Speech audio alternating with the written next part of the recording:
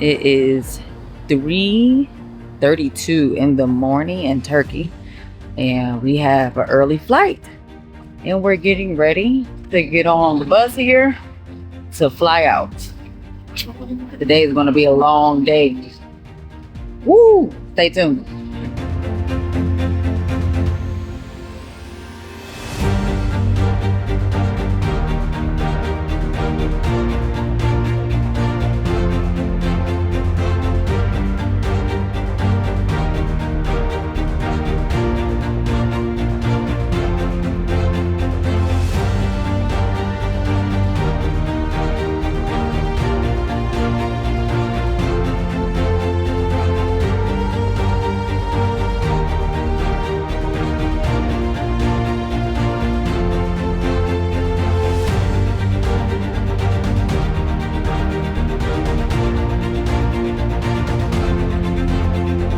Now we are in Konya, and our first stop will be Sille. It's a village, and we will visit the first church in the world.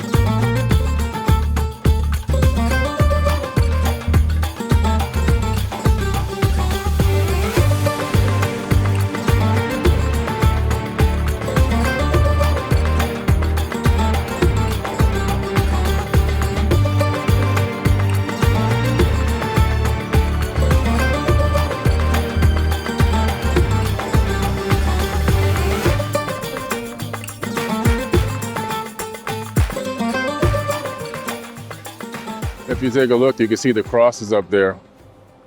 The equidistant cross is the same dimensions and size as the Templar's cross. So you know that the cross existed long before the existence of Jesus Christ. So the cross is ancient. It's not new. Even in Coptic Cairo, you can see the cross. Yes. And the Templars also use this symbol, even though further back the Sumerians used that same exact cross. So the cross is ancient. The cross is not anything new. It's been around for a long time. Now, the Sumerians call it the cross, which marks the planet of the crossing. And they were talking about a planet that was in the Enuma Elish, in the 7 taps of creation, that was on a very strange elliptical orbit around our sun. And for them, it marked the planet of the crossing. Then it became known as the cross that's been labeled on across all churches. And of course, we know the Templars, which guarded the ancient mysteries and the knowledge, and the construction knowledge, they guarded it with that same cross on their shields, on their clothing. So it just became a symbol of knowledge and wisdom over many, many thousands of years.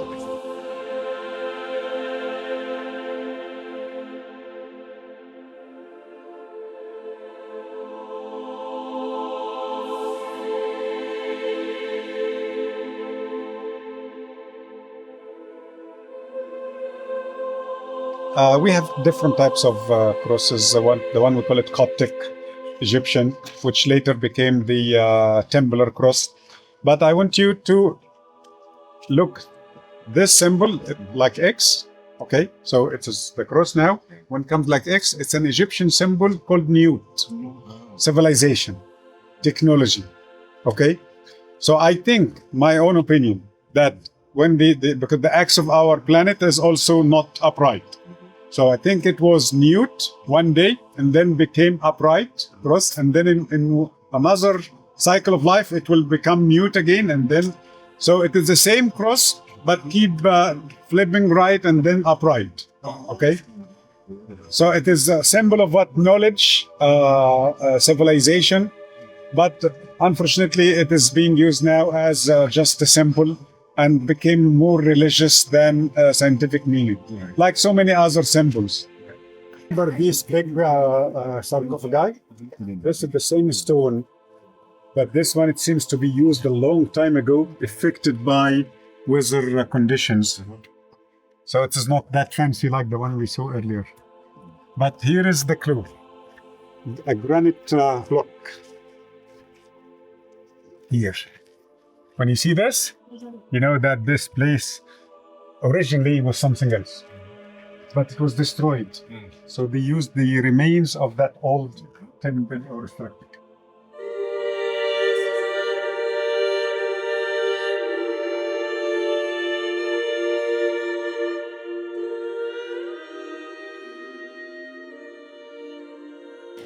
This is a Greek Orthodox church. So after the First World War, some Greek people immigrated to Greece. Cumhuriyet'ten 2012 yılına kadar kapalı. Until 2012, this church was closed. 2012 yılında Selçuklu Belediyesi tarafından restore edildi ve müze olarak açıldı. And starting from 2012, they opened this church as a museum. Görsellerden bahsetmek istersen. Okay. En tepede kubbenin merkezinde Hazreti İsa. Okay, you are seeing the central of the dome, Jesus Christ. Kubbenin pencere aralarında 4 tane peygamber, Musa, Süleyman, Davut, Daniel. And you are seeing 4 prophets, Musa, Moses, Süleyman, Solomon, Davut. David, David, and Daniel here. You see 4 of them. Batı kemerimizde tam bizim karşımıza düşüyor. 2 yarı çıplak insan görüyoruz. Her iki freskte Adem'le Havva'nın cennetten kovulması. Okay, on the western part, you are seeing Adam and Eve, and they are saying goodbye to heaven.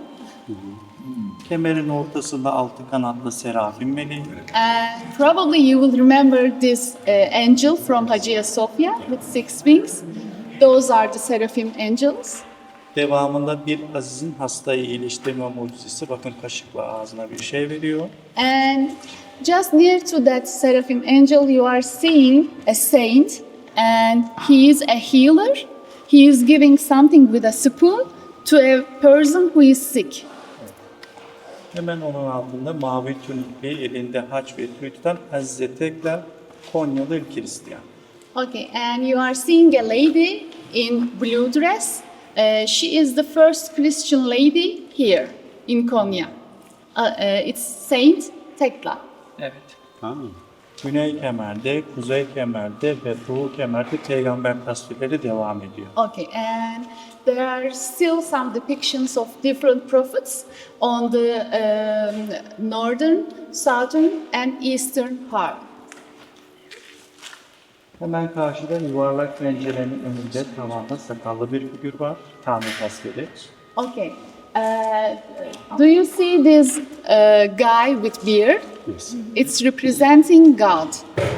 And actually, you are seeing something interesting there, I think. Yes. We will talk about it later with Muhammad. Tanrı'nın hemen önünde zincirle bağlanmış olduğu güvercini görüyoruz. Hazreti İsa'nın ruhunu temsil ediyor. And there is a pigeon with a chain. It is representing the soul of Jesus. Hemen kuşun önündeki kemerin ortasında bir üçgen ve içerisinde bir göz. Bu da Tanrı'nın gözü, gören göz. And now we are seeing the middle. There is an eye inside a triangle, and he is saying that it is representing the great protector. Ahşap paravanı ikonostası diyoruz. And we are seeing this wooden panel. We call it iconostasis in Orthodox churches. Soldan sağa baş melek Mikail, Archangel Michael, Hazreti left. Meryem, kucağında çocuk İsa, Mother Mary with baby Jesus, Hazreti İsa, Jesus Christ, Vaftizi Yahya. and Jean Baptiste. Karşılıklı duranlar ise Musa peygamber. And those two, they are Moses, the prophet Moses, both of them. Despot koltuğun üzerindeki figür yine Hazreti İsa'ya ait. We are seeing again Christ here, Jesus Christ here. Bölgenin dini lideri sorumlusu burada yine katıldığı zaman konuşmalarını, dualarını buradan yapıyor. When the religious leader participating rituals, he is coming here and giving his speech here.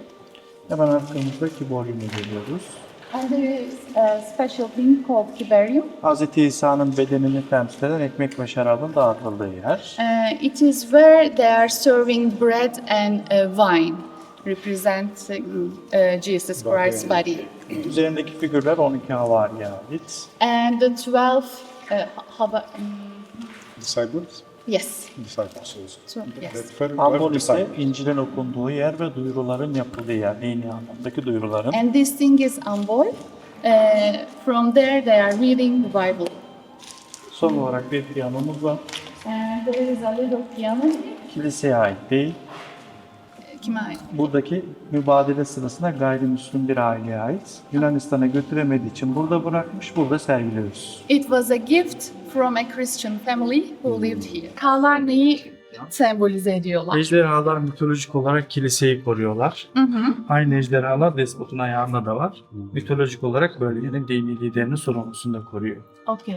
He is saying that mythologically they are the protectors of the church and also the religious leader. So we are seeing also dragons here.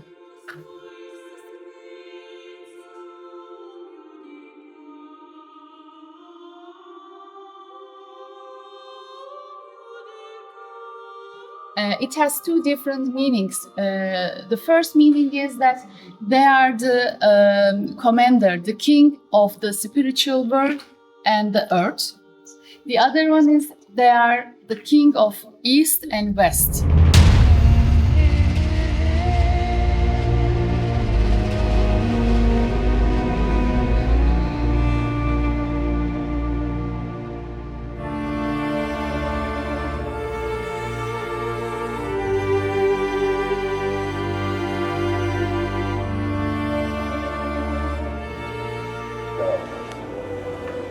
That statue of the 40,000 BC is important.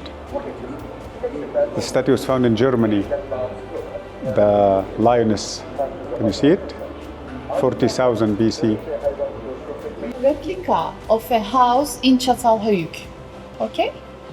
The thing is that in general, all the houses, at least they have two different rooms. They use one room for getting together and doing some rituals and also like making some cookings, and the other room for storage. Okay, they were putting, for example, meat or wheat or that kind of things to that room. And as you can see, there are different platforms with different heights. So in general, they are believing that every different platform was used for a different occasion. For example, in one platform they were sleeping, on the other one they were eating something. And there was a special area, as you can see, there are two bulls with horns. So they are believing that it is the ritual place. Okay? And as you can see on the walls, there are some depictions. They all use red ochre, red painting, natural painting. And we are seeing some human bodies, also a vulture, just like in Göbekli Tepe, and there are some hands. In every houses, we have one hand.